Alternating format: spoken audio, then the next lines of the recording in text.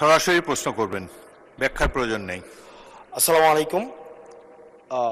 যেহেতু শিক্ষা নিয়ে কথা হচ্ছে, আমাদের বর্তমানে মাননীয় স্পিকার, আমরা যদি বর্তমান শিক্ষা ব্যবস্থা দেখি, আমাদের এন্ট্রান্স ইনস্টিটিউশনগুলোতে বিশেষ করে প্রাথমিক শিক্ষায় আমরা দেখছি যে ভর্তি প্রক্রিয়াতে আমাদের এখন দুইটা পদ্ধতি প্রচলিত ছিল। এডমিশন বাই মেরিট আগে প্রচলিত ছিল, এখন সেটা কনভার্ট হয়েছে এডমিশন বাই লটারির মাধ্যমে এখানে বাচ্চাদেরকে ভর্তি করা হয়।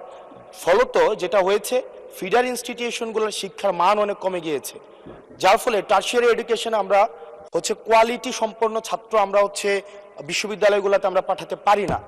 এখন মাননীয় মন্ত্রী মহোদয়ের কাছে আমার প্রশ্ন থাকবে, এই যে প্রাইমারি স্কুলে বাচ্চাদেরকে ভর্তি করানোর ক্ষেত্রে আমরা কি ভর্তি প্রক্রিয়াটা আমরা পরিবর্তন করব কিনা, নাকি এই যে এডমিশন বাই লটারির মাধ্যমে আমরা নিব এবং মেরিটকে আমরা সবসময় দমায় রাখবো, নাম্বার ওয়ান। আর নাম্বার টু আমাদের বর্তমান শিক্ষা পদ্ধতিতে আমরা যদি দেখি, আমরা যারা পয়সা দিয়ে কিনতে পারে তারা এখন ইংরেজি মাধ্যমটা কিনছে, যারা পয়সা দিয়ে ইংরেজি মাধ্যম কিনতে পারে না তারাই কেবল আপনি যেই শিক্ষা পদ্ধতি আমাদের জন্য জনজীবনের জন্য আপনি চালু করেছেন সেটা আমরা কিনছি, আর যারা সেটাও কিনতে পারে না তারা মাদ্রাসা শিক্ষা পদ্ধতি কিনছে।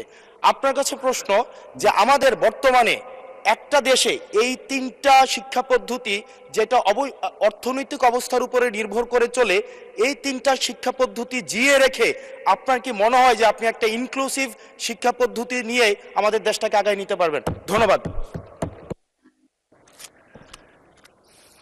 মূল প্রশ্ন ছিল জাহাঙ্গীর হোসেনের, মাননীয় সদস্য, সারা দেশে প্রাথমিক ও গণশিক্ষার উন্নয়নে কোনো প্রকল্প গ্রহণ করা হইয়াছে কিনা, হইলে তাহা কি? এখন তো ইন জেনারেল আমরা ডিসকাশনে চলে গিয়েছি, তবুও মাননীয় মন্ত্রী আপনি ইচ্ছা করলে উত্তর দিতে পারেন। ধন্যবাদ মাননীয় স্পিকার, ধন্যবাদ মাননীয় সংসদ সদস্যকে। যদিও তিনি ব্যাপকভাবে প্রশ্ন করেছেন, আমরা আশা করি এই মহান সংসদে এই বিষয়গুলি আলোচনা হওয়ার প্রয়োজন রয়েছে এবং তিনি করছেন।